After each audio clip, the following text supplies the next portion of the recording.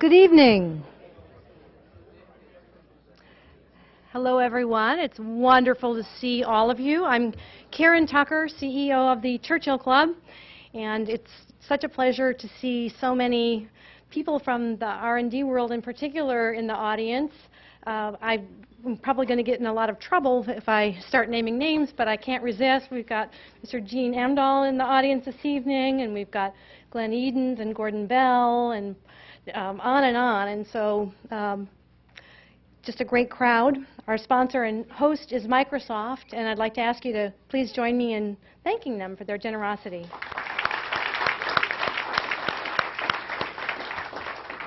This program is part of a series that's focused on technology and society, and through Microsoft sponsorship, we have been able to put on some programs that have helped spread insight, and we've had some fun with the topics as well.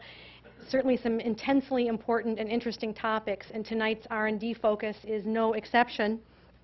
The news is filled with commentary on its critical importance to compete and lately even to survive.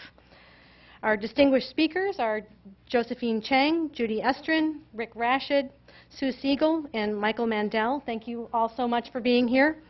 And I'd like to mention 3 upcoming events that we hope will be of interest to all of you. First, on Monday, March 16, we present Venture Capital Roundtable, Trends and Strategies 2009, led by Jeff Yang of Redpoint, and including Jay Hogue from Technology Crossover Ventures, Reid Hoffman from LinkedIn, and Matt Murphy from Kleiner Perkins. And then next, on Friday, March 20, we offer a breakfast program called Capitalizing on the $1 Billion+ Energy Efficiency Opportunity, led by John Rockwell of Element Partners, with speakers from PG&E, Nth Power, Enernoc, and IBM. And then finally, on April 7th, we present a fireside chat about entrepreneurism with Uber entrepreneur Elon Musk, in conversation with well-respected journalist Michael Malone. For you who might not be familiar with the Churchill Club, we are the premier business and technology speaker forum here in Silicon Valley and the Bay Area, a nonprofit institution uniquely serving our community for over 23 years. We present about 3 high-quality, highly relevant programs per month, and we currently have 6,000 members. And if you are not a member and you enjoy tonight's program, we do hope that you will consider, of course, joining us. Your support is meaningful to us, and we do appreciate it very much. And we make it very easy for you simply by visiting churchillclub.org. And now I'm very pleased to introduce Michael Mendel. Michael will kick off and help guide the conversation this evening, and we fully expect him to personally contribute to the discussion as well. He is chief economist and lead economics writer at BusinessWeek. He earned a PhD in economics from Harvard and has been writing about innovation and growth since the 1990s. He was actually named one of the top 100 business journalists of the 20th century for his coverage of the new economy in 2000. And most recently, he wrote a story about innovation economics that was published in September 2008, just before Lehman went under. And he is the only economics journalist who has written a textbook. It's called Economics: The Basics, just out from McGraw-Hill. And unlike most textbooks, it even has a chapter on innovation and technological change. And we really appreciate that he flew out from the East Coast to be with us this evening, so let's give a warm welcome to Michael Mendel.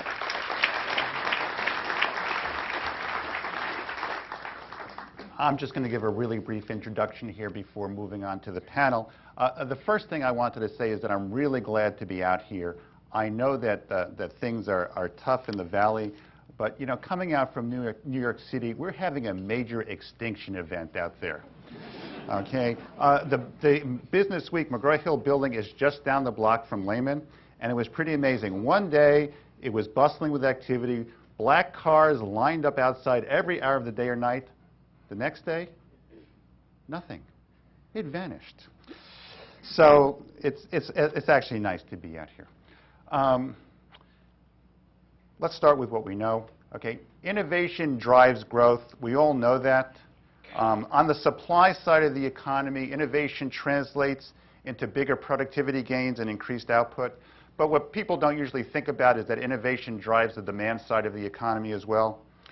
People didn't know that they wanted an automobile before they saw their friend driving a Model T. They didn't know that they wanted an iPod until they saw their friends using one. New products and services stimulate demand. So that without innovation, and I firmly believe this, okay, without innovation we have stagnation or worse. So let me set the stage for tonight's panel. The first question, the first topic really, is that can innovation help us escape the economic and financial crisis? And there's a lot of sub-questions that come along with this. Are there any new technologies or products on the horizon which can supply the economic boost that we need? Do we need more R&D support from the government? Or can companies be induced to take innovation more seriously? Does the crisis make people more willing to try new things? Or is the financial collapse making it harder for firms to raise money or to go public? That's one set of questions. Really, can innovation pull us out? The second set of questions really has to do with the causes of the crisis. And the question is, did an innovation drought or an innovation shortfall help cause the crisis? And let me actually sort of explain what I mean by that. Most of us, certainly most of us in this room, think of the U.S. as the world's most innovative country, and that may be part of the problem. Over the past decade, we were quite cavalier about offshoring production of our leading-edge technologies, not just infotech, but drugs and medical equipment as well. A statistic that you probably don't know is that pharmaceutical imports rose from $10 billion in 2000 to $46 billion in 2008. Today, we import roughly about $100 billion in drugs and medical equipment. By comparison, we import about $25 billion in toys and games. Okay? So this is kind of, we've offshored the production of our crown jewels.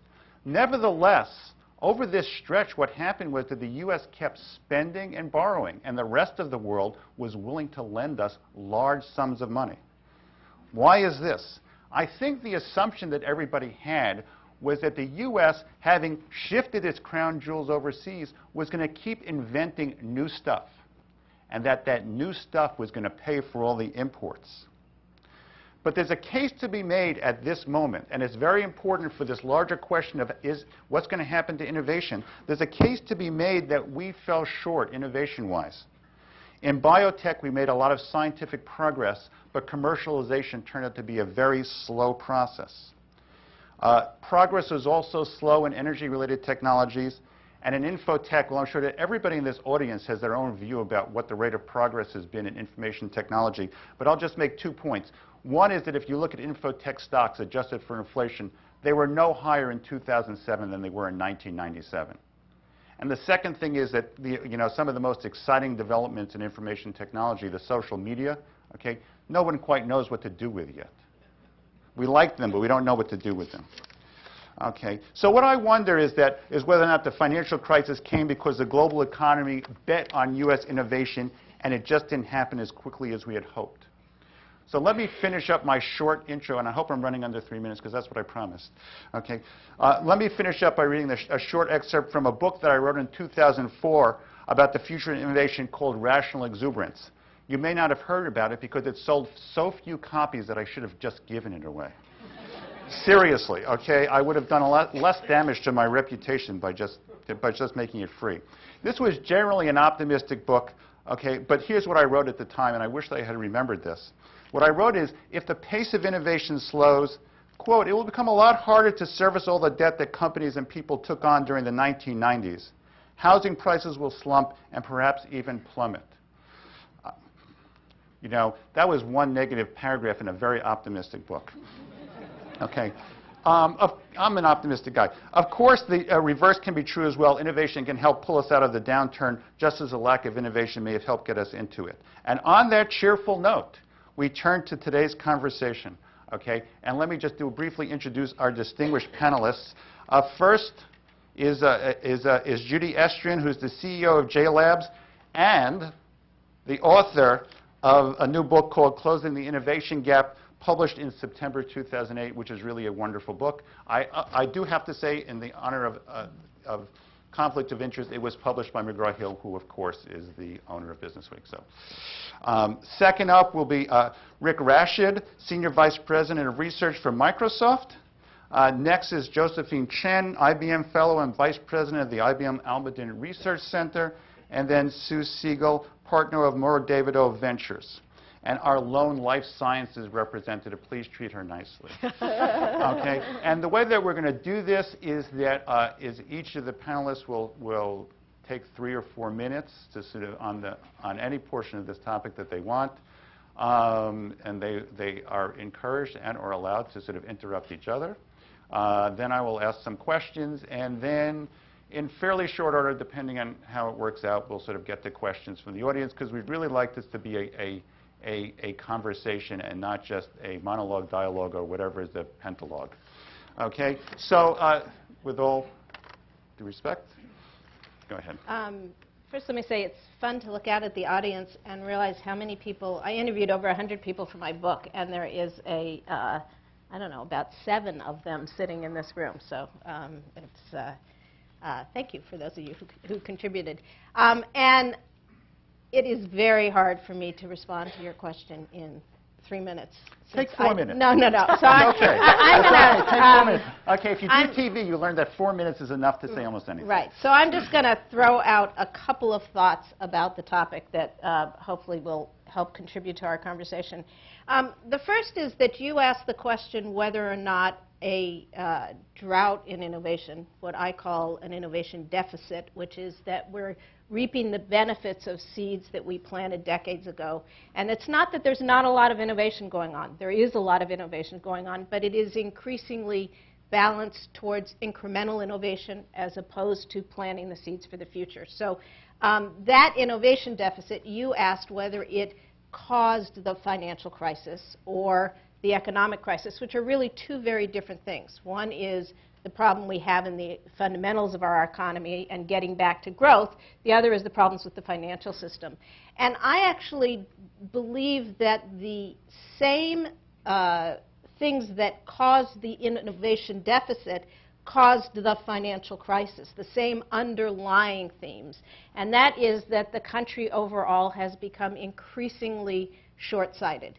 And the culture of business in this country, whether it is how we, business and Washington, so whether it's how we fund research from Washington or corporations, how we take research into the marketplace through venture capitalists and entrepreneurs, how large corporations are pushed from Wall Street, and how Wall Street itself has valued trading and flipping over building and creating. And it is really that culture of short-sightedness, thinking about, it's human nature to be self-serving.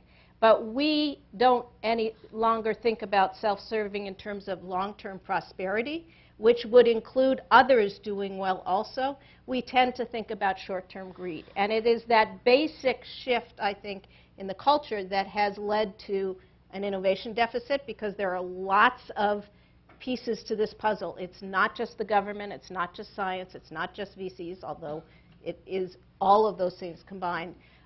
It's what also led, I believe, to the financial crisis. And it is also what I believe is the problem with our economy now, in that we have come off of a major cycle, and we do not have the wherewithal to kick into another cycle. And we should, as we think about it, I'll to say one more thing, is that the next cycle won't necessarily, and probably necessarily won't, look like the last cycle. It won't. Hopefully it won't look like the last cycle, in that we don't need another bubble. We need to get to sustainable growth. Even if that growth is slower, that is better for us than these continual bubbles. But more importantly, the last cycle was driven by enterprise and personal productivity and quality of life in terms of healthcare. Those were the 2 things that really drove technology in biotech, in infotech, and created economic growth. I don't believe that the next cycle is going to be driven by productivity. I think we have gotten to a level that will continue to grow, but not at the same rate. So there will be other driving factors, and whether it's energy technologies, whether it is healthcare, whether it is education, whether it is things that we don't yet know about, there is going to be other drivers. And so we need to not look at the last cycle. We really need to be thinking about what we need to be doing for the next one. Not looking back. Yeah. Okay. Rick? Was that Well, longer than 4 minutes? Whatever it was fine. Okay, that was 4. Okay. You know, it's interesting to me in a way. I run a basic research group, so a long-term basic research group for Microsoft. I've been doing it for almost 18 years. We were joking earlier. You know, Michael said he's been doing his job for 20 years. So obviously we can't find other jobs. Okay, that's true. I can't go anywhere else. Yeah, but it says something to me about the way a lot of people think about long-term basic research. That one of the questions I most often get when people ask me about my group is, so what are your priorities? You know, where are you making your biggest investments? I mean, you know, what areas do you think are the most important? Because when you're thinking about long-term basic research, those are not really good questions to be asking. The questions to be asking are, you know, do you have the smartest possible people? Are they being given the right environment in which to work? Are they being given the freedom to sort of follow where they want to go? And then on the other end, are you harvesting their, you know, when they've got great ideas and they pan out, you know, sort of at the other end of the innovation pipeline, are you harvesting them and taking advantage of them, sort of no matter where it actually takes you?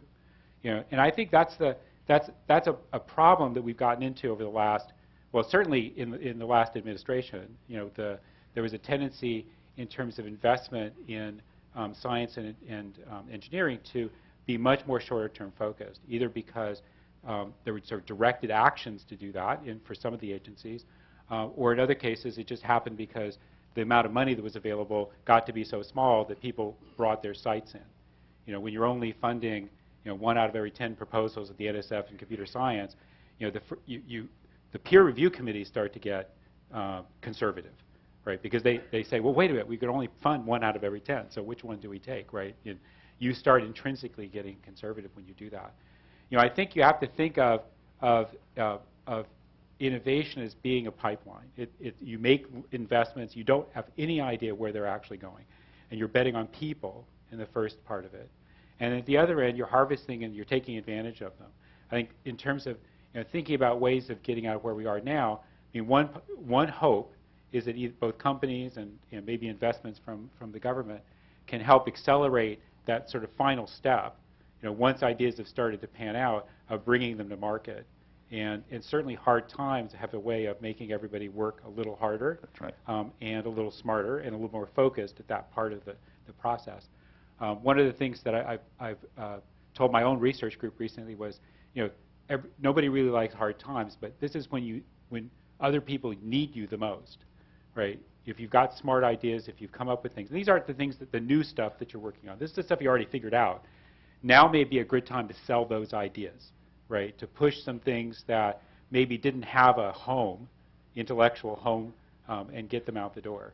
So I think that, you know, I think we've probably been underinvested. Certainly, if you look at the American Academies of Arts and Sciences ARISE report or the Gathering Storm report for the National Academy of Engineering, they certainly sounded that alarm. But my hope is now we're going to try to turn that around, and certainly, you know, at least within Microsoft, we're trying to make those kinds of investments. Now, I got a math degree in my undergraduate, so I'm looking at the historic data. And this is really taken from Technological Revolutions and Financial Capital, year 2002. And it said that for every 40 to 60 years, there are cycles or waves that are characterized by alternating period of invention, when investment spending slow down, and deployment, periods of deployment, and when investment spending increasing rapidly and growth rapidly. And it just turned out that 1971 is the last wave, when we have the information age and telecommunication. So what that says is this is about time that it slowed down. So my answer to your question is what is really the cause of all this crisis? And I would say is destiny. Is like the Chinese saying, 命运. So that's what it happened. So now, but however, the Chinese character for crisis is we make up of opportunities. That causes crisis. Then it also generates opportunity. So if you write the Chinese word on crisis, it has the opportunity. So I think there are lots of opportunities. So this is really the wealth of opportunity.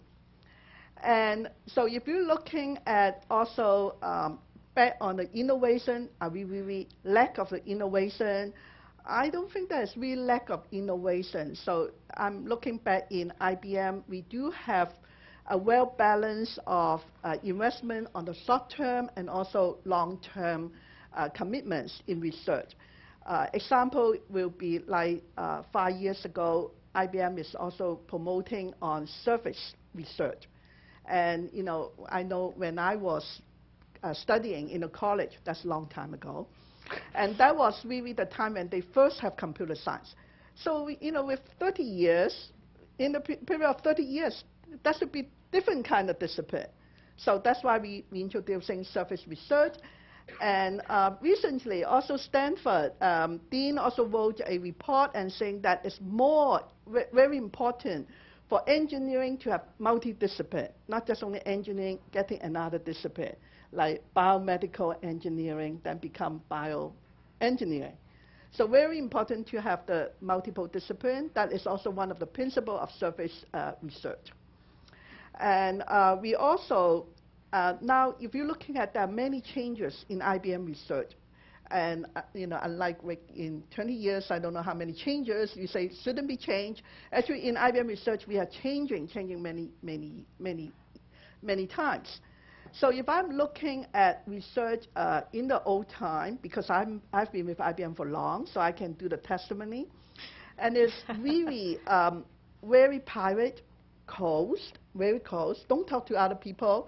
If we have something good, we use it proprietary. We don't want to share. That was really long time ago. And then gradually, then we go and say we should go and working closer to the development. So it's open up a little to development. And that's when I was also working, I'm from development side, working with the research. And then a little bit later and say, we should more listen to the customers. So we will have customer involvement. And more, if you're looking now, we are really very open. We drive the standards. We go and work with the business partner. And we even go and form something called collaboratory. You couldn't find it in the dictionary. Collaboration, laboratory, collaboratory. And I was so surprised and so happy to see that last Friday when I went to the Citrus, which is UC Berkeley Center of Research for the Interest of Community. They have a grand opening last Friday. And they call one of the things collaboratory, wireless and sensors collaboratory. So we are now also moving into collaboratory. So you're seeing that, why IBM almost 100 years, in 2011, it will be 100 years in history. It's because we are constantly changing, constantly moving, not just only investing on the short term, it's a well-balanced on short term and long term. You cannot, everything is long term, because you need to have some of the investment for the long term come from the short term. So I think that is very important, short term and long term. So I can talk more and more about all that for hours, but I think my 3 minutes is up. I think so. Did you want to add something?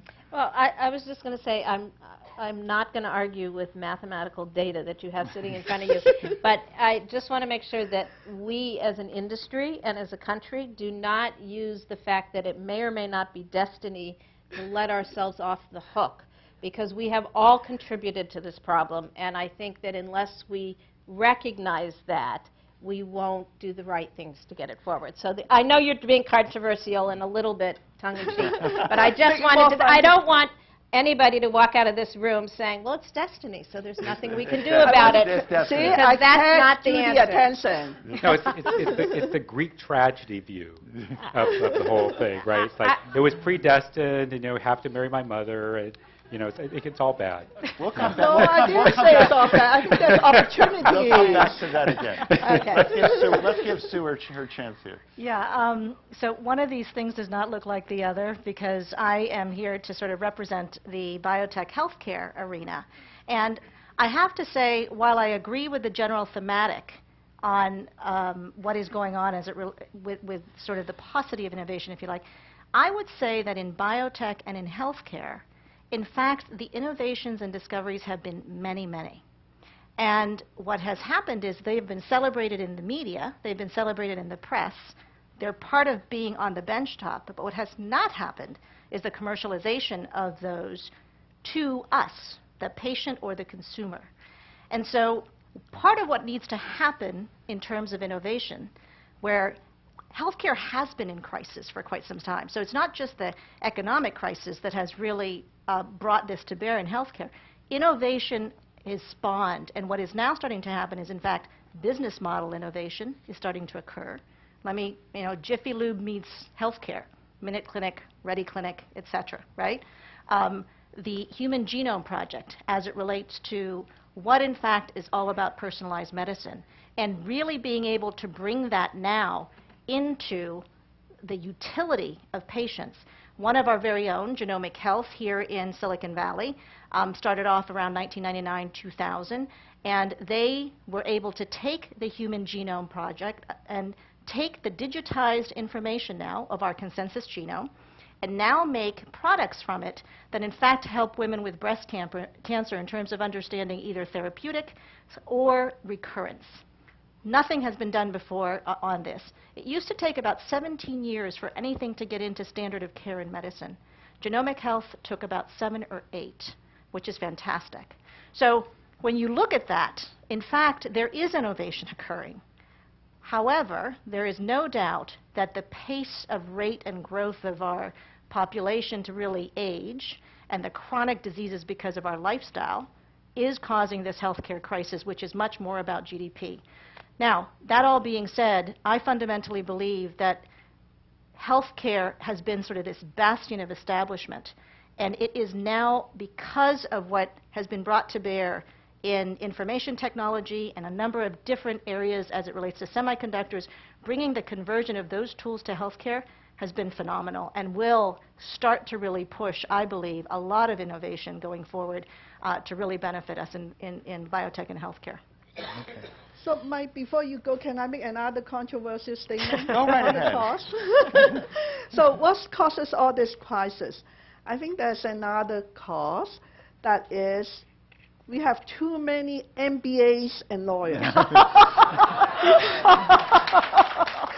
do you feel about economists? No, economists Yeah, are okay. economists are okay. There are not that many PhD economists that cause problems. Okay. So we need to go back to focusing on basic science and technology, and focusing on mathematics and all that, and focus on education. Don't go and get people into MBA, lawyer, and all those.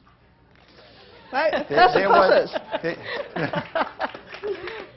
There have been studies done sort of linking the number of lawyers in a country to its rate of growth. Inversely proportional. Okay, the question that I want to address here, it's actually sort of really twofold, is either there's an innovation problem, or if we sort of think that we need more innovation to help get us out of the economic and financial crisis. Okay. There's obviously a role for government, what government might do. Then there's obviously a role for companies, okay? And these are really sort of two separate questions. So let's actually start. Which one should we start with, the companies or the government? Let's start with the government, okay? Since we're in an era of massive government intervention and activism, okay? What should government be doing at this point? Should they be spending more? Should they be operating differently? Is there something they should be doing? So I think the same way companies need to think about today's environment and long term, the government has to do the same thing. And so there are certain things that the government is doing to stop the bleeding, stop the downward spiraling, creating jobs. But at the same time, where innovation comes to play is, yes, you can be innovative in thinking about what you do for stimulus, but the real place innovation comes in is looking at what jobs are going to be available 3, 5, 10 years from now. And when you are, or 20 years from now, when you look at that, the role of government, from my perspective, is several things. One is vision and leadership and inspiration. One of the key problems, and you mentioned the last administration, is we need to recognize that as a country the psyche of the nation has been one of being afraid and being uninvolved, afraid and going shopping. When you lead in that way and make people afraid and not involve them, you turn off innovation. If you inspire and rally, as JFK did, as the current president often does, you create a different environment for innovation. So the first is using the bully pulpit to make sure that we're focusing on the importance of science, on the importance of innovation. The second is funding research, because research is for the good of society, not for the good of just one company. You mean funding basic research? Funding basic research and some applied, but for the most part, funding basic research. The third is education. And there's just no question about we are not educating our kids for the skills that they need going forward in the 21st century. And then the fourth is looking at policy. And there is a whole range of policy that can either kill innovation or encourage innovation. And there are so many unintended consequences of the policies that are made that people often are not aware of in terms of their impact on how people invest, what they invest in, what behaviors people have. So an example is anything from energy subsidies to not going ahead with the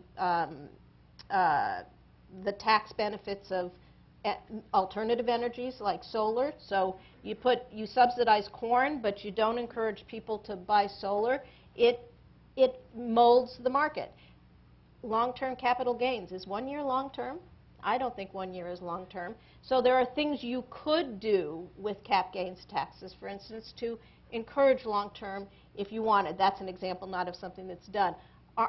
Temporary R&D tax credits. How do you decide how to act if a tax credit is temporary? So there's all sorts of things that influence how people act. And so I think that there are lots of levers, and that the government can play a role in all of those. And then the last thing I just want to say is that the financial crisis has had the impact of further exacerbating the fact that we don't have liquidity in the market. We have no IPO market, essentially, for small companies. And without an IPO market, you don't have a venture entrepreneurial ecosystem. And so until we solve that problem, we really can't depend on entrepreneurs to do what entrepreneurs do so well. Yes. I have a comment on, no, I'm really a supporter of Obama's stimulus package. However, I think we need to go and spend money to stimulate the economy, but we do need to spend it wisely. So that's the thing that I'm really worried on, whether we spend it wisely. So I really agree on creating jobs. So creating jobs to build roads is good, but we should go and build roads for the 21st century. So if you're looking at around the world, especially in Stockholm, UK, Singapore, they are building intelligent transportation system. But what are we doing building roads? Just building the road for the repairing sake? It's not bringing us into the technology, bringing up advancements. So that I am really very concerned. So I do think that company can go and play an important role, or every individual should play an important role to influence and make sure it executed, all the money are spent wisely to bring up the technology and advancement capability for United States. Sue? So government did play a very big role as it relates to the innovation of the Human Genome Project. That's right. Without it, we wouldn't have been able to accomplish it. Now, the last few years, in fact, there has not been an increase in terms of the funding that was occurring at the NIH and the NSF. And just now with the stimulus package, in fact, we just put in, or just has been approved, about $10 billion to go that route. So innovations will continue. But where I do believe the government needs to, and again, I'm being very healthcare focused, so excuse me if this isn't your area, but this is a plea for you to really tell your Congress folks that they need to do something about this, is that, in fact, the reason why these innovations don't get out is the regulatory hurdles and the way our system is currently set up, such as reimbursement. We incent for sickness, for sick care. We do not incent for prevention. Vaccines, and when you think about it. So the government, I do think, has a tremendous role to play as it relates both to being able to clarify and help the FDA get more funding so they, in fact, can be more, if you'd like, nimble as it relates to the understanding of all of the complexities of the technologies that are coming out now that are coming into the healthcare system to help us be healthier. And in the reimbursement area, I do think there needs to be a fundamental shift as it relates to being able to actually incent prevention and health span, talking about health span versus just lifespan. So I do think government plays a tremendous role. So you're talking about innovation more broadly. You're talking about innovation Absolutely. in institutions as well as innovation technology. Well, it was to Judy's point. She talked also about education. You know, like it or not, think about it this way. So when we go to a doctor, you are asked about your family history, right? And they ask you about what have you done recently, so the environment. But the part that's been missing this whole time, because we've just not had the tools to know it, is really our genetics. And so that's the third angle that comes into this, or the third circle that comes into this integrated approach. Now you go to your doctor and you say, I have my genome scanned, because now we in fact can do that with a number of companies that have formed here in the Valley, of which, full disclosure, I'm on the board of one of them. But let me tell you, your doctor will go, oh. And because the education associated to genetics, this genome-based economy in healthcare, just has not been there. And I do believe that the government needs to really, as they look at the curriculum in science-based education, really does need to take a look at some of the fundamentals, which really have shifted. And it goes back to basic science and math, but I have to really make a plug for genetics. One of the things that you know, so I feel really good in a way that in the stimulus package they were able to restore a fairly significant amount of funding for science and engineering and research, and so that's great. I worry a great deal, though, that this is a very short-term stimulus package. Yes. Right, and investments in research are really, it's a marathon, it's not a sprint. And in fact, you can do a lot of damage by throwing in a lot of money and then not following it up. You know, I mean, if you invest that money in infrastructure, that's fine, right? But if it's just to get a few more postdocs, and then they don't have jobs in 2 years, that's really not going to help very much.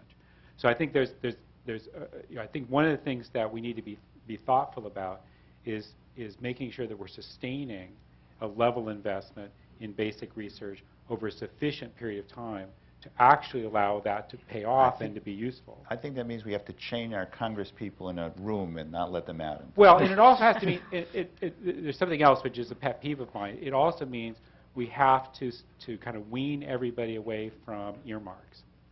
Because, I mean, one of the hallmarks of federal funding for science in the last, you know, well, it's been just getting worse and worse, certainly the last 10 years have been particularly bad, is we've seen more and more money, you know, going into the system in the form of earmarks. And the problem with that is that there's no real gate on is this being invested wisely? Is it going to the right people? Is there any accountability for what's happening there? It's more like, you know, well, I got X amount of money, you know, for this road, and I also got X amount of money for University Y in my district, right? And it's very hard. I mean, I've sat in rooms with a number of college presidents, university presidents, and everybody says earmarks are a bad idea. But everybody wants everybody else to quit taking them first. You know, it's really hard. It's like a drug. It's really hard to pull away from on both sides, not just in the case of Congress, but also in the case of the people who are getting the money, right? Because that's a danger, and it's something that we've been letting creep into our system. But it locks things up. It makes them sort of more rigid. It makes them more rigid, and it doesn't really reward quality, right? It doesn't reward success. Do you want to ask something? Yeah, I wanted to expand a little bit the discussion, because when you started out, you were trying to decide whether you should ask about government or corporations first. And so I just wanted to make 2 points. One is that there's a missing entity that you didn't say, and that's the nonprofit sector. And I think that we should not underestimate the importance of nonprofits in this whole equation of looking towards the future, because in the end, it's nonprofits, and especially ones with endowments that will survive the stock market crash, that can actually think long term. Now, one of the problems with the nonprofit sector is they tend to be focused on end causes, and nonprofits have historically not funded as much basic science. And I think one of the shifts that we're seeing going on is some of them doing it. So, number one, it's not just business and government, but nonprofit has a really... You don't just mean academics. You mean the nonprofit No, foundation. I'm talking about nonprofit foundations. Okay. And academia has a role to play in doing the research, but in terms of funding. And Judy, just to be clear, this is Gates Foundation, Keck Foundation, those types? MacArthur Foundation. Okay. I mean, if you look at some of the great research that has been funded, there are some really important foundations out there. And the reason I say this is I think that this inconsistency of funding that Rick pointed out is a real problem. You saw that when the NIH doubled the budget over 5 years and then stopped, and it just really hurt very much research in healthcare. But if we can, so this comes to the second point, I think looking forward we have to be innovative in coming up with some new models of collaboration between government, nonprofit, and the business sector.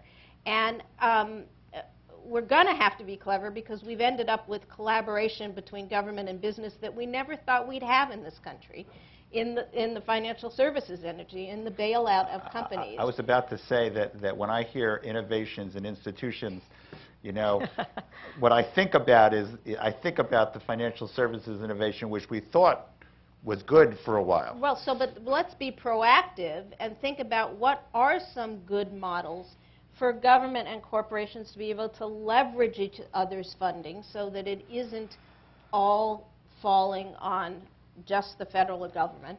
And the other part is, when you think about government business, there's been a piece missing from the equation. The government-business relationship has all been about large business, because that's who can pay for lobbying. That's who is represented in Washington with the constituency. Small business is not, and we really need to bring small business into that equation.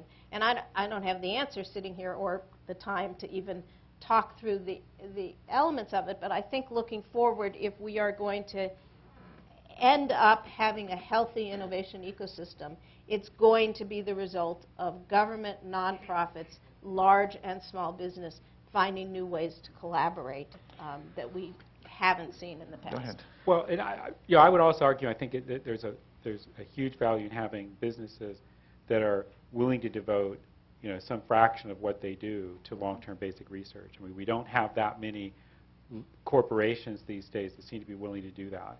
And there's a lot of investment in sort of advanced development, you know, but the kind of long-term basic research where you publish in the open literature and you're part of the community and so forth, we haven't seen as much of that in the last 20 years. There's very few companies that are willing to fund that. Now we have 2 representatives here, but.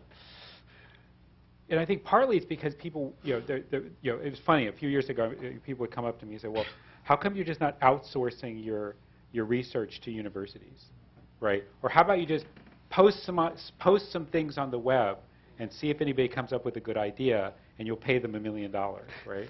The prizes. You know, and those are fine. I mean, those are, you know, it's a fine thing. We actually invest a lot of money in universities for Microsoft. About 20% of the money we put in basic research actually goes to universities.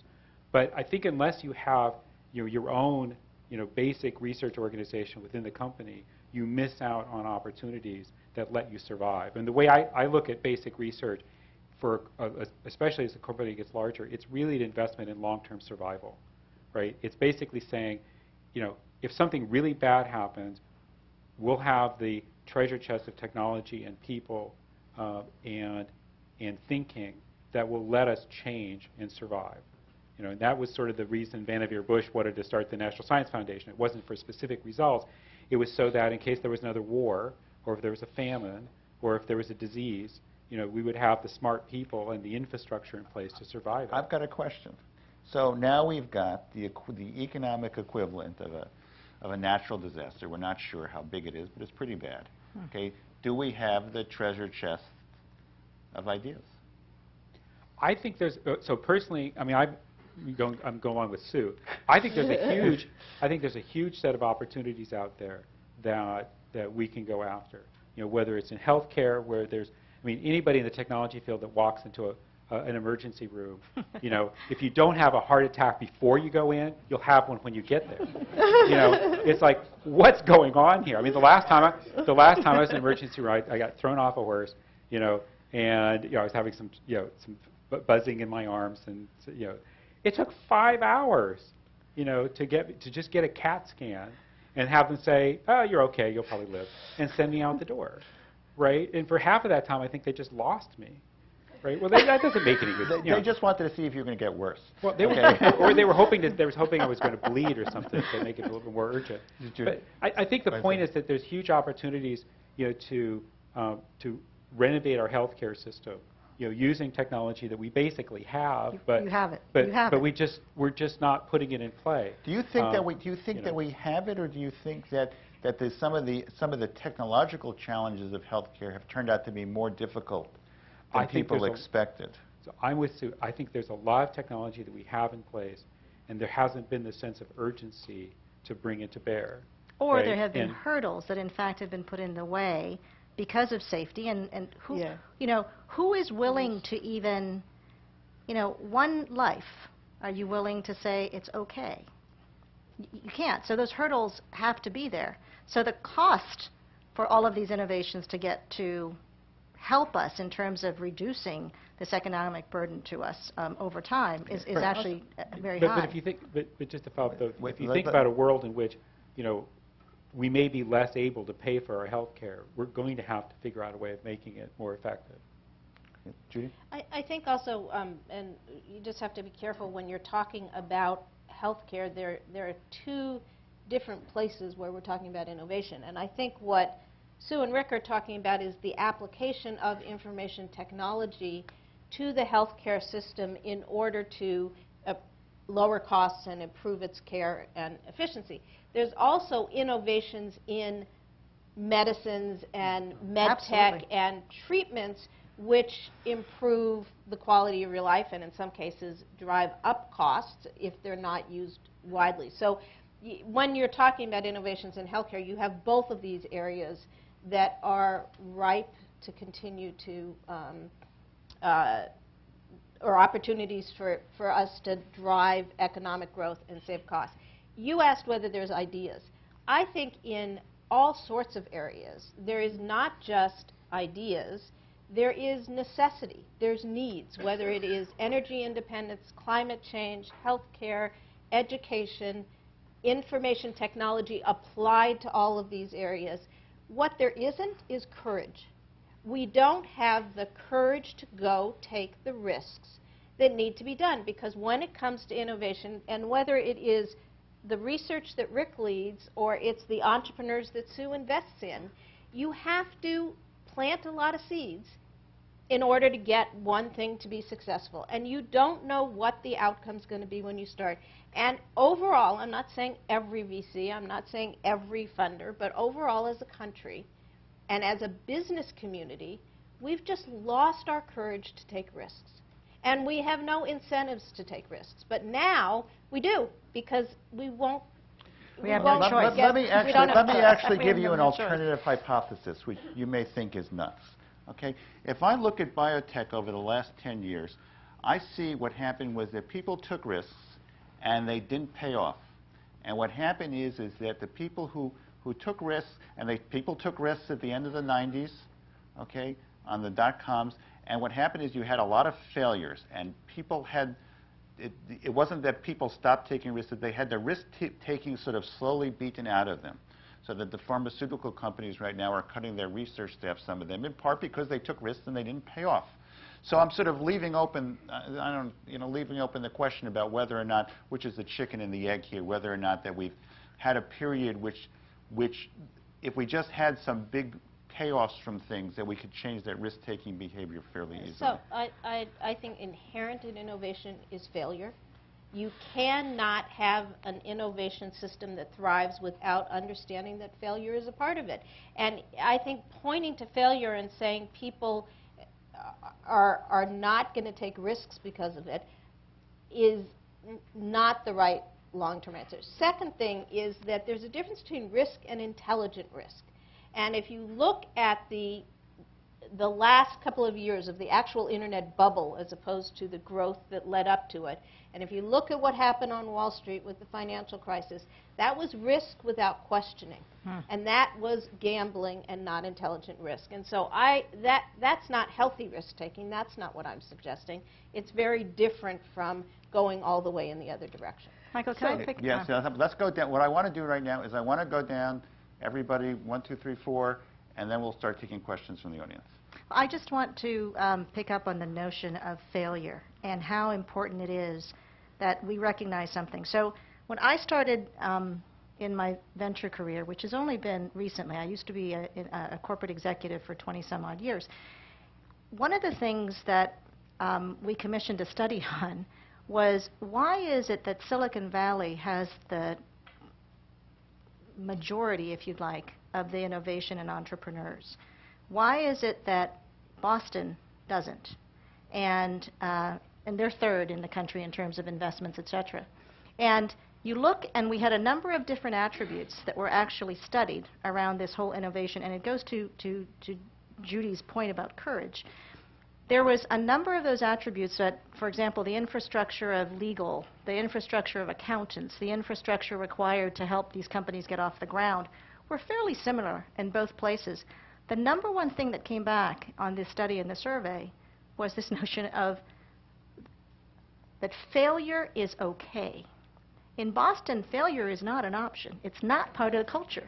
In fact, we really can't talk about it. For us here, we talk about it. You're in a startup, you go to another startup, and it's almost a badge of honor that you, in fact, did, because you were willing to have the courage to actually go try to do it again. So I think there is this cultural element also in innovation and courage that actually needs to be recognized.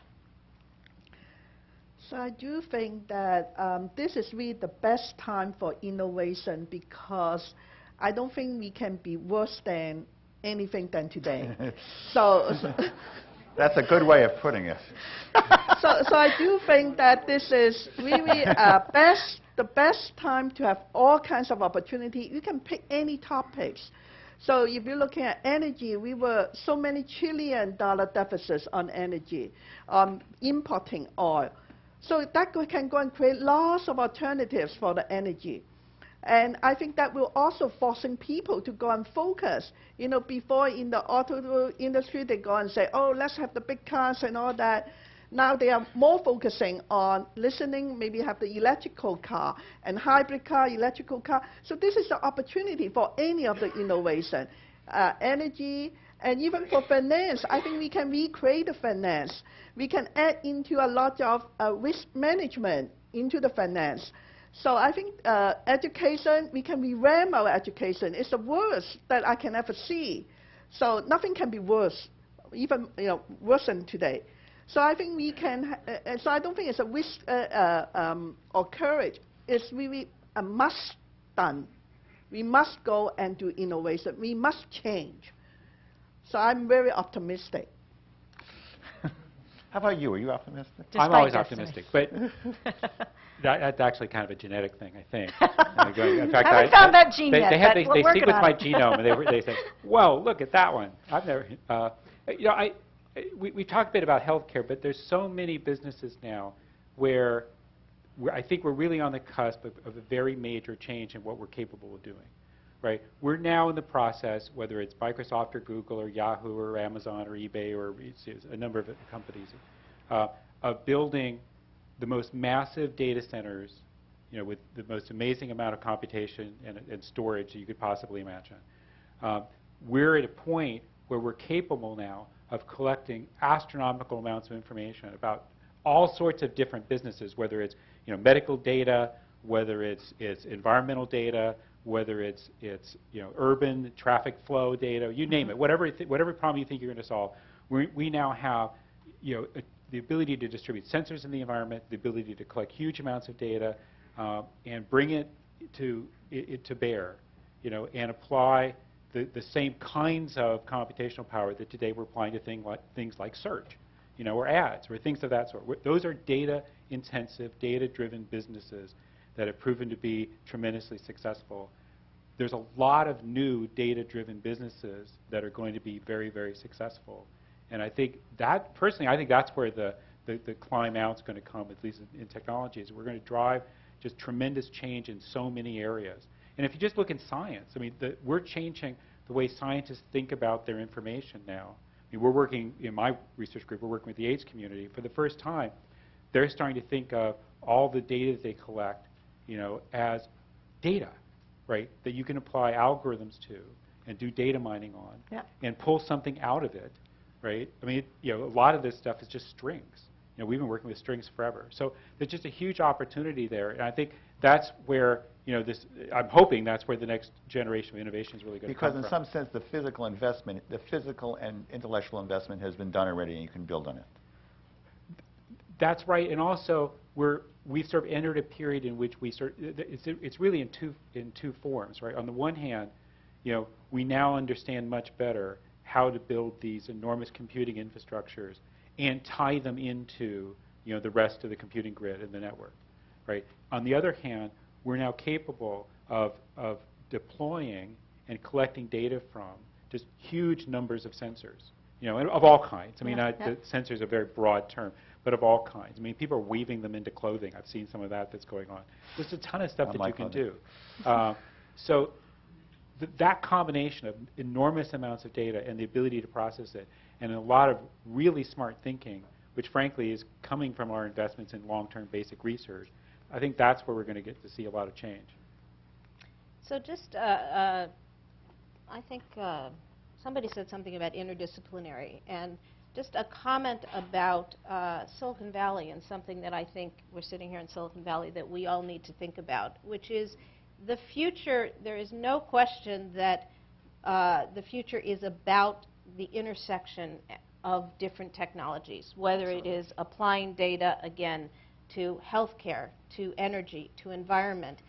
Even solving energy and environment problems takes multiple disciplines of science. What we haven't talked about, we've been talking about science, but the combination of science and the arts as design becomes more important, as we're finding that things from the arts, like virtual worlds and video game, that came out of video game technology, suddenly can help scientists do their work better. So the future is about the combinations of technology.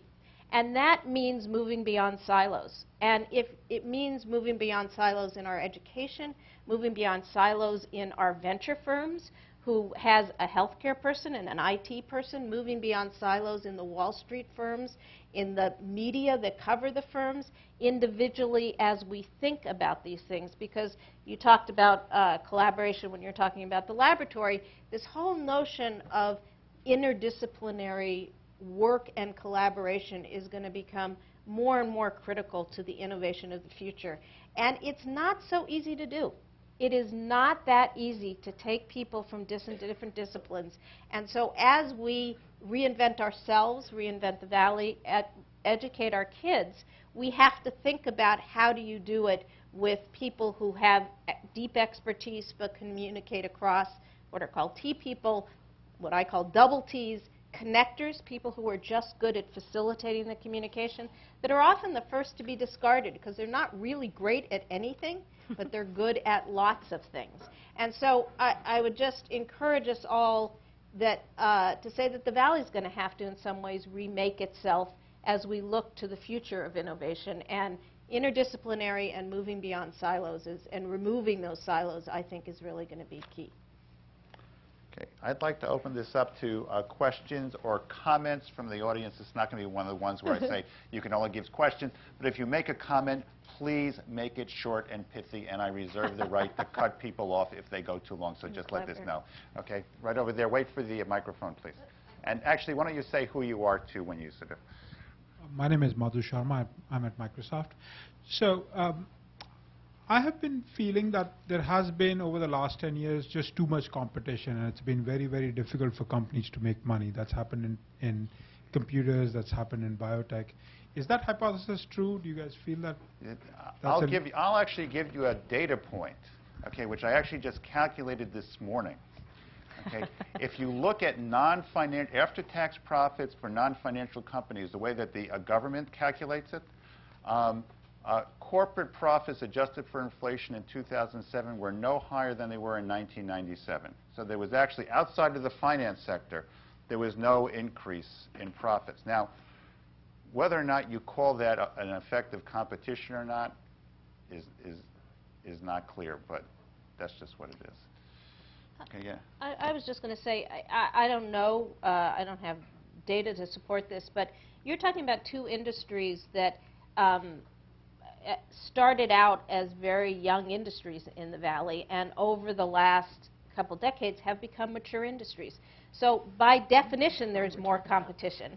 And certainly when I started my career in the Valley, in the networking industry, there wasn't a lot of competition because it was a young, very young, new industry. So some of it, and some of what we're feeling in Silicon Valley, is that our traditional industries that have fueled growth and entrepreneurship have matured, and we need to recognize that and adapt.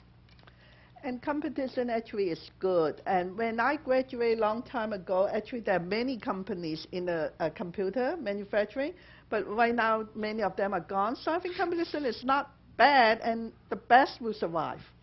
I think that competition in journalism is a really bad thing. Okay, back there, please. Okay, yes. Wait for the microphone, please. So my name's Alpa, and I'm with Microsoft. Oh, wait. That's two Microsoft people. Okay, can you sit down? Let's actually take somebody else first. Okay. If you promise that you let me ask my question. Okay, I'll come back to you. Let you ask your question. Okay, promise. Okay, right down here. I don't know, the whole room's not Microsoft. Wait. I'm sure the whole room's not Microsoft. Are you from Microsoft? No. Okay. Okay. It's not that I have anything against Microsoft. I just want to break it up a bit. I won't say I'm from anti-Microsoft, but I'm from Sun. Okay. Actually, we like Microsoft. So my question is, if you could step out of your personal life and look in, or actually step out of your company, or step out of the U.S. or even the world and look inside, what would be your favorite metric, or what would be a metric you would use to measure how bad the innovation crisis is, or how well we're getting out of it?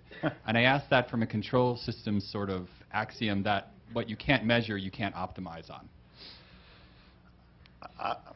I'm ready to answer okay, that. Yeah, I'm ready to answer that, but why don't you go first? Okay, so when you are talking about disruptive or any significant innovation, you cannot measure it while it's going on. And the process of measuring it is going to stifle that innovation. That's not true of incremental innovation. So incremental innovation that is making processes better, you can measure your heart out and you can see what's going on. But when you're talking about more disruptive innovation, this notion of finding a measurement for it, you can measure it in hindsight. You can look back and you can gather data along the way and look back and see how well you've done. But measuring it along the way, that doesn't mean people aren't accountable. Doesn't mean you can't ask questions about what people are working on, what are their hard problems, and get your instinct as a leader tells you whether they're making progress or not, or whether they're doing good things. But this notion of measuring innovation, the other thing people often ask me, how do you know we have an innovation deficit? It's very hard to prove what's not there. And so that also is not something that's measurable. And how will we know when we get back on track? We'll know because our economy will start to grow again. And we'll start to see economic growth that is sustainable over a period of time. And that is the measure. That's the measure of the innovation ecosystem working. if you try to put tight metrics on it, you'll kill it. I was going to say, I can't tell you how many different times in the history of Microsoft research where we've been doing something that nobody else in the company had any really good idea why the hell we were doing it. I mean, I remember this one project we were doing. It was really clever. I mean, it was a lot of mathematics. It was really cool. And we talked with the product groups, and the product groups looked at this, and they said, well, this is just really great work, but we don't actually have that problem. But you guys are really smart, and I'm sure if you work really hard, you'll figure out something that's actually useful. So 3 years later, they had that problem, right? This was back in the earlier history of Microsoft. It probably directly resulted in $300 or $400 million in revenue as a result of that one thing, and was a huge differentiator, from a strategic perspective. The point is you just don't know, right? And there's always danger, I think, when people try to manage certainly basic research, that they confuse the output of a basic research organization with what it actually does, right? And unfortunately, they're not really that closely related to each other. What the group does is do great research. What it produces are technologies and artifacts and things that actually have an impact on the business. Unfortunately, if you try to optimize for the output that you see, you'll pessimize the research because they're not actually related. The point of the research is pessimize, make it worse, or make it more pessimistic. Okay. That's innovative. I want to That's very add some innovative. comments. So I do agree with what all of you said, but if you really want to go and do some measurement, I think there are some kind of tentative measurement, like number of patents and how many startup companies. That's a how terrible. many Number of patents number of patents is a horrible metric. So how many, It's a horrible metric. Okay, so give you some hints. And how many, for example, how many people... the number of patents is how much money you wanted to spend on lawyers. Okay. So that's only one of the... No, that is the metric. That is exactly the metric. I mean, I know for a fact. Look, let me continue. we triage the things that we do based on the amount of money we're willing to spend. Right? Get a lawyer. Right. I think another way to look at that is how many people are really coming, they come here to study the PhDs and stay here. How many people, how many countries are coming over here and set up their R&D in the United States? That's an indication. So if we go and see more and more people are setting R&D not in the United States, or people won't want to stay here, less high quality candidates, immigrants over here, then we should start worrying. You want to add something? The only other thing I would add, and I think Judy had alluded to this before, is that if you do put metrics in place, metrics tend to, unfortunately, confine time. And as it was said, the disruptive innovations usually aren't something that occur over quarters or a year. Let me just add two things here, one which actually kind of contradict each other. Okay, one is that I kind of view technology in terms of its impact on the economy as fundamentally unpredictable. It's very hard to sort of figure out ahead of time which things are going to have big impacts and which things aren't, which things are going to work well enough. Having said that, when I look back at this last decade and I sort of ask myself, how many innovations that we had that were sort of fundamentally compelling, okay? And I have a tough time kind of counting them up. That's what makes me feel retrospectively that there's a problem. Having said that, I'm kind of on the non-measurement side. Now I want to go back to our friend in the back row who I interrupted before. Okay? Thank you. So I'm Alpa with Microsoft, and I have to say that I do agree about the panel's comments on investing in R&D, even though I do have an MBA. But you use it for good, not for evil. That's right. Of course, of course. We get washing machines to people, right? So my question is that, here we are in Silicon Valley, where Facebook had a valuation of $14 billion at the height of, sometime last year. And what I've heard from the panel is investment in R&D in fundamental research. So, and here we are investing in a lot of startups, VCs and so on, do a video startup or an online education startup or the next Facebook. So could you comment on sort of the nexus, the link between startups, entrepreneurialism, fundamental research and business models for it, so that in addition to the Facebooks, we've got more of the sort of the funding of entrepreneurial businesses and business models that go along with it. So that's my first question, and the second. One question per All right. person. Okay, that's it. Yeah, that's good. Thank you. Thank you. Okay, who wants to take that? I'll go. Take it if no one I'll Go ahead, go. Wow. So I don't think that it's only funding basic research that is now occurring. I do think there's a lot of business model funding, which is the Facebooks and whatnot, that in fact are occurring across Silicon Valley in clean tech, in healthcare, and in IT. So I think we're going to see a lot more of that, and it's not just going to be about R&D. And I think it has to do also with the fact that there is this convergence. And getting out of the silos, again, as was mentioned previously, is something that we are looking at very, very carefully. Where are the industries that in fact need the technology innovations that have already occurred to be put into them because they have been just bastions or just establishments? And the utilities, as an example, is one area that in fact could benefit from that. So you're going to see a lot of business model funding as it relates to, for example, energy management, certainly both at the home or in companies, et cetera.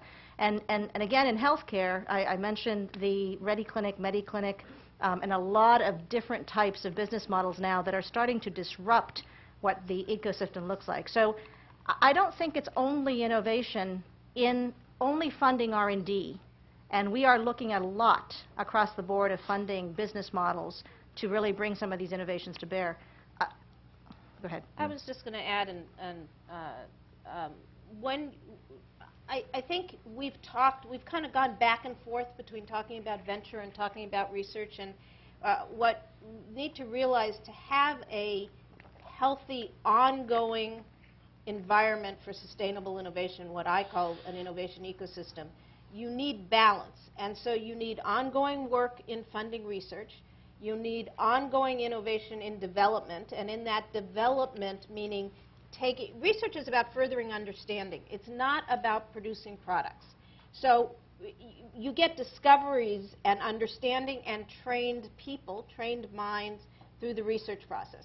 In the development area, whether it's large corporations that at Microsoft have been working with Microsoft researcher universities, or startups that get ideas based on discoveries or ideas, there's that development community that translates things into products and services, and there needs to be ongoing innovation there. But you also need innovation in the application of science and technology, and that's where you're talking about new models for energy, for the environment, for healthcare, for education, for how enterprises do their data centers. Yeah.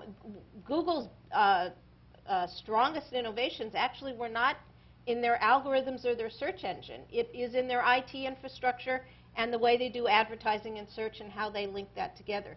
So you need balanced across all three of those, and you need communication between the three of those to end up with not just a spike in innovation, but ongoing sustainable innovation that is going to sustain economic growth. Yes.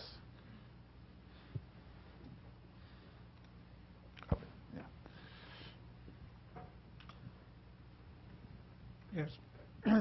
Yes, Cheng brought up something that should be explored a little farther.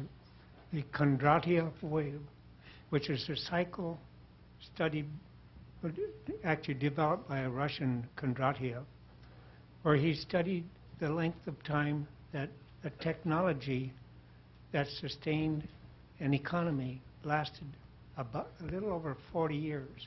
And he looked over several centuries and found that this was a rather consistent event. And I wonder if we just look at the mainframe, for example. This started about the end of 1940, and it lasted until about 1990, which is about 50 years. Later in that point came the PC. It reached its first I'll call it, period of use for about that period, and then we got the internet, which then became a new thing which exploited the older technology in it, but it was a new technology, basically. And I wonder if we aren't really going through one of those Kondratiev cycles now. Let me take that one, okay? I've never been happy with Kondratiev cycles, okay, because I don't actually understand them. I went and looked at them, and take what you just described, okay? Well, if you sort of think of the internet as a new wave, there's no reason why it shouldn't keep going at this point. So there's a little bit of sort of reverse data mining going on, where you look back at history and you sort of pick out the things that kind of work. The other thing actually has to do with sort of some of the institutional innovations, okay? Whether or not there's ones that failed, like the financial innovations or other types of institutional innovations that we would hope would actually influence these even if the waves have existed in the past, there's no reason to sort of believe that they have existed now, given the change in the environment. Having said all that, okay, it's pretty annoying that we're having this downturn right now, because what it does is it sort of brings back the notion that perhaps that we have Kondratiev waves. I find it personally annoying. Was still functioning well after that period. Yeah. But the method in which it was being used changed. Yeah. Okay, right over there, the person. Yeah. And I have to add that mainframe is still alive. Well and healthy. Yeah. Yes. So I think there may be a different cycle. I'll throw it out as a hypothesis that we have had cycles where this country has invested in our shared infrastructure. Judy, when she started, talked about sort of the individual items, but I think there are also the collective items. And I think it's interesting that almost all the examples you've talked about where there's, I think, and I agree with you, strong pent-up demand are in our shared infrastructure.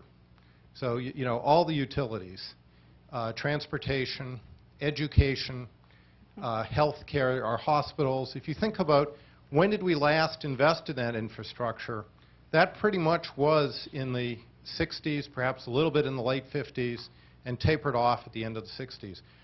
So I believe that we're sort of, you know, we have this whole sector of our economy, which is public sector, not necessarily government, that is long overdue, huge pent-up demand. And I agree with, you know, it's interesting, all of you have said, hey, we've got all these innovations, and it sort of ties together, I think, a lot of your comments. So there may well be a cycle, but I'd attribute it more to a cycle of investment in our collective or shared infrastructure. And the comment I'd make is that, you know, Judy, you talked about courage. I think we also perhaps have a problem of prejudice in Silicon Valley where we've been anti-public sector. And in fact, the investment community, to a great extent, I'm part of that, has been anti-public sector and not willing to invest in, you know, startups and utilities, oh, ho-hum, right? Startups in almost any of these places. So I guess what I'd say is I think we're just really due to do an investment in that cycle.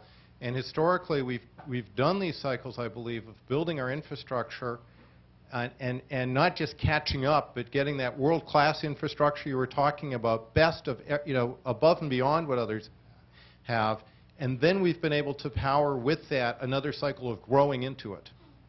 So we need to sort of overbuild our shared infrastructure when we have the chance. I think the comment that was made earlier, this notion of, you know, can you build, you know, rather than just build infrastructure, build best-in-class infrastructure. Yeah, and build ahead of our needs, so then we have essentially something to, you know, then go through, power us through the next wave of perhaps non-public sector, private sector. So I'm curious, though, your thoughts about whether there's really been a sort of prejudice against that over the past period. So I think that two things. I think there is a prejudice against it, and some of it is not justified in that it's just not as sexy as some of the other areas. But there is an element of it that is justified that I think we need to think about hard, because it's not an impossible problem to solve, but it's harder. And that is that some of these areas are harder for startups to do alone. And one of the things that was so wonderful about the IT industry is that there were pieces of it, whether it was software or hardware, that you could do as an independent company. And yes, you partnered with big companies to get some distribution, but you could do it alone. There are other businesses that, or other areas, and utilities are one of them. It's one of the problems in the consumer business where the mass and the branding and alliances make it such that it's just riskier for a startup. And so I think the trick in these areas is for people to be really clever about what niches that startups can pick and do well, and then how do those startups figure out how to collaborate from the beginning. In the biotech industry, partnerships between startups and large pharmaceuticals are part of the industry. That hasn't happened as much in the IT industry, and I think we need some, again, new models and figure out how to do that. Outside of the IT industry. Outside of the IT, yes. So that we need new ways to figure out how to do that so that you really can get the returns on that investment, because that, in the end, is what drives it. Anybody want it? Okay. Back there. That fellow right there. Hi, Dan Rosenberg from SAP, and I have a question specifically for Judy. If we accept the hypothesis that innovation is going to come at the intersections of these different technologies and problems, how do you envision that creating the kind of wealth that drives an economy similar to the invention of the telecommunications industry or the automobile industry? Because to me that sounds like important stuff, but medium size, and not something that's going to reboot the American economy. Well, I actually don't think that, so I said at the intersection, and I maybe overstated intersection as opposed to the interdisciplinary nature applied to. So if you, again, look at the healthcare industry, that is not a small industry. And if you can make fundamental changes that impact healthcare, you can drive economic growth. If you can make fundamental changes in education, that you actually change and open up education so that people can sell different products into it, for instance, or curriculum, or make money by offering services, whether it is vocational training, community colleges, or K through 12. So some of these markets, like healthcare and K through 12, have been so locked up in their institutional models that there hasn't been a way to be disruptive and make significant money in them. But I think that if you look forward, Rick talked about the application of new data models to different industries, and I think that that can drive significant growth.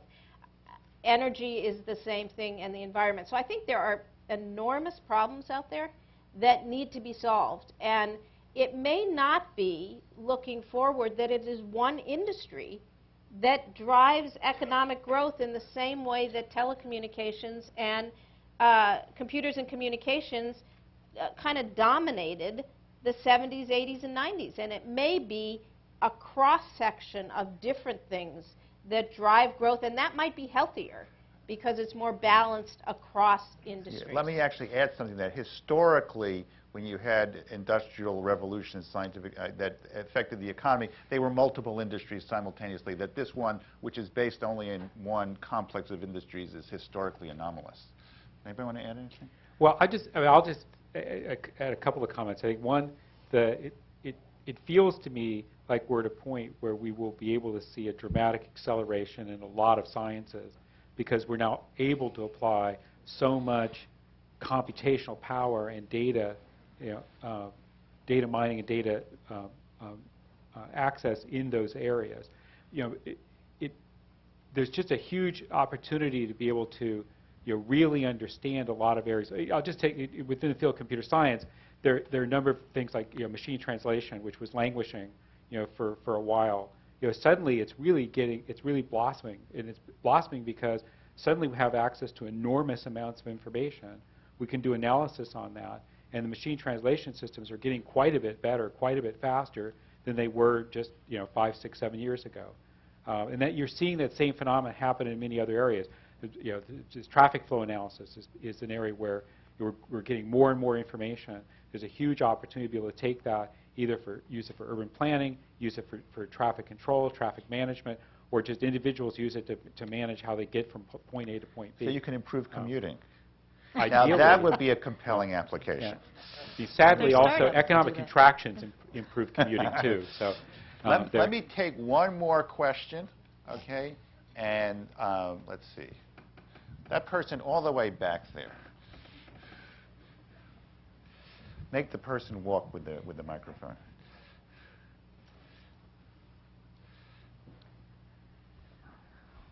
Hi. Rob Fernandez, Wells Fargo Bank, and also an MBA. If I had known that, I wouldn't have picked you. There's a few bankers here in the room. I'm sorry. I know I made a controversial statement. I really struggle with the public policy questions that have been raised, and don't want to throw water on unbridled innovation, but there's a presumption that innovation will come to fruition with some intrinsic social benefit, and yet if you look at the financial crisis, much of this was rooted in innovations that investment banks utilized to securitize, productize, and create risk correlation models that were used to sell the world markets on products that they could incorporate into more or less traditional portfolio modeling techniques, and that didn't work out so well. So the question I have is, how do we manage economic policy now to protect us better during this next wave of innovation? Okay, go for it. You can't defend. Yeah. I'm not going to defend anything. It's okay. Sue? No, I mean it's a reasonable question. It is a reasonable question. Okay, especially when you get into the issue of sort of institutional innovations, which is what the financial was, which is. Yeah, I think there's another thing. So I think it is one of the things that you're pointing out. What is innovation? Innovation is change. Is all change good? No, not all change is good, and some even good innovations can be used for harm or amplify harm as well as good. Look at the automobile and the number of lives that are lost with the automobile. But if we went back in time, most people here would probably still say that we should have incorporated the automobile into our culture. I think that, and I have a lot of people, I speak a lot about innovation, who bring up the notion of innovation in the financial system and as maybe a way to say maybe so much innovative thinking isn't good. I think the problem in the financial system is one of incentives and what type of innovation you're incentivizing and what type of culture you have. And we need to recognize we ended up here because the culture, our culture, the countries, over-incentivized short-term personal greed. And if we can switch and incentivize a more long-term building and creating and rewarding that as opposed to trading and not having anything to show for it, then you end up you don't want to regulate the types of innovation. You want to set the overall culture and guidance and vision towards rewarding, building, and creating, whether it's infrastructure or whether it's new products or new services, and discourage the type of behavior which is all about short-term, individual, get-it-now type of greed. And that, in the end, is what created the types of innovations you're talking about. So it's not about regulating innovation. It's actually about taking advantage of this failure that we've had, learn from it, and try to change. And look at our incentive systems to create that change. Want to add something? Well, I'll just say, I mean, everybody would like, innovation and progress to be a straight line, straight up, right? And it just doesn't happen to work out that way. I mean, I think it's clear that over a long period of time, investments in innovation have proven to be critical to our economy, our way of life, and the ability to have 6-something billion people on the planet. And if we don't continue to make those investments, we're going to regret that much more than we regret, the hopefully short term, in some galactic sense, period that we're going through right now, right? And I think that's something that we just, you need to continue to do that. I mean, I was on an NPR program one time, and we had callers calling in asking, like, well, but, aren't you worried that if scientists come up with some new idea, it's going to create some, terrible new thing? And, bad things happen, and they've always happened. Whoever invented the rock as a weapon, they picked up a rock, they looked at it, and said, well, this is a really good idea, and they hit somebody on the head with it. And that's bad things happen. The key point is that over a period of time, innovation is what drives success. It's what drives our ability to keep ourselves going, keep our economy going, and keep the country going. And we just have to make those investments. And we'll make mistakes, and we've just made one, and we'll probably make more. So can I make a remark not on the policy? Yeah, please. So you talked about how can we pull out the crisis, and the government can help, company can help, and Judy add in non-profit organization can help. Actually, I think everyone can help. You can help. And we talked about, for example, we talked about the education, and during the reception time, and we have a conversation and saying that, maybe we need a lot more volunteers to go into helping the education. People who may be early retirement or retirement, or whatever, then maybe go and volunteer and teach and helping the kids. Reform the education. I think everyone can help. I think that we go and complete the ecosystem. So it's not just only the government and company. Okay, Sue, you get the last word if you want it. What an incredible plea, actually, I would say, in terms of, I wouldn't have expected to end on that note, but I must say that we talk about this crisis, and why waste this crisis?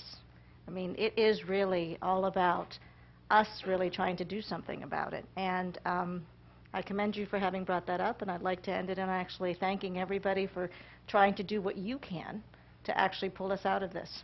Thank you. Let's have a big hand for the panelists, please.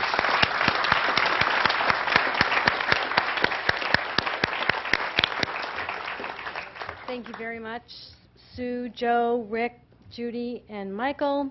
We really appreciate you coming and sharing your perspectives in this very lively, dynamic conversation this evening. And as a small token of our thanks, we have some stylish and functional Churchill Club T-shirts for you. We hope you'll wear them in good health. And really, thank you all very, very much for coming. Look forward to seeing you soon. Have a good evening and drive safely.